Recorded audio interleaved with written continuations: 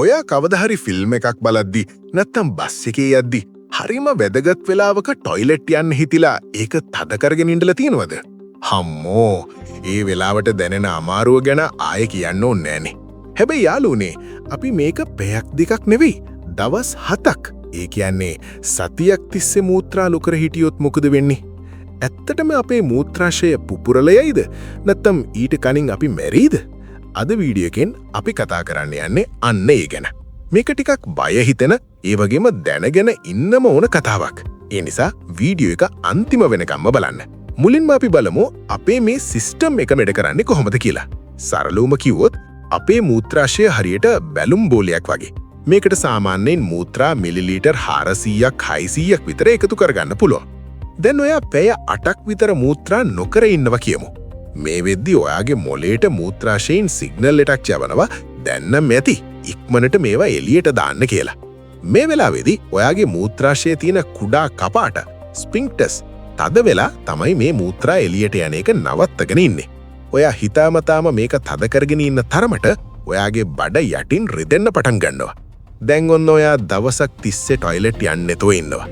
ඇත්තම කතාව කිව්වොත් සාමාන්‍ය කෙනෙක්ට මෙච්චර වෙලාවක් හිතාමතාම මූත්‍රා නොකර ඉන්න බෑ.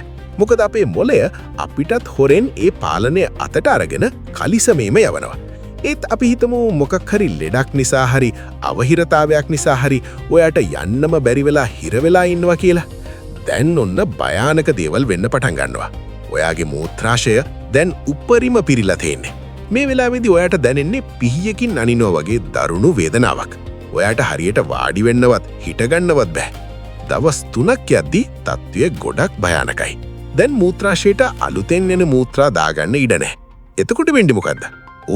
මේ මූත්‍රා ආපහු හැරිලා වකුගඩු පැත්තට යන්න පටන් ගන්නවා. මේකට වෛද්‍ය විද්‍යාවේදී කියන්නේ හයිඩ්‍රොනෙෆ්‍රොසිස් කියලා.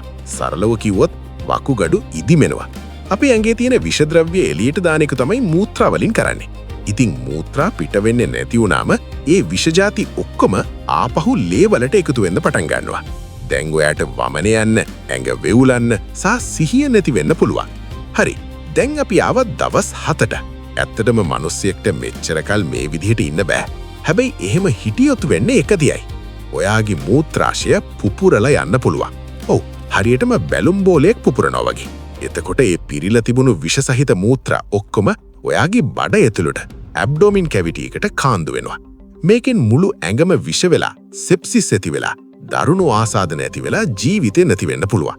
ඒ නිසා සතියක් මූත්‍රා නොකර හිටියොත් වෙන්නේ කෙලින්ම මරණය තමයි. ඉතින් යාළුවනේ බය වුණා නේද? හැබැයි බය වෙන්න එපා. සාමාන්‍යයෙන් අපිට ඕන කිල්ල මූත්‍රාශය පුපුරනකම් තද කරගෙන ඉන්න අපේ ඇඟෙන් ඉඩ දෙන්නේ නැහැ.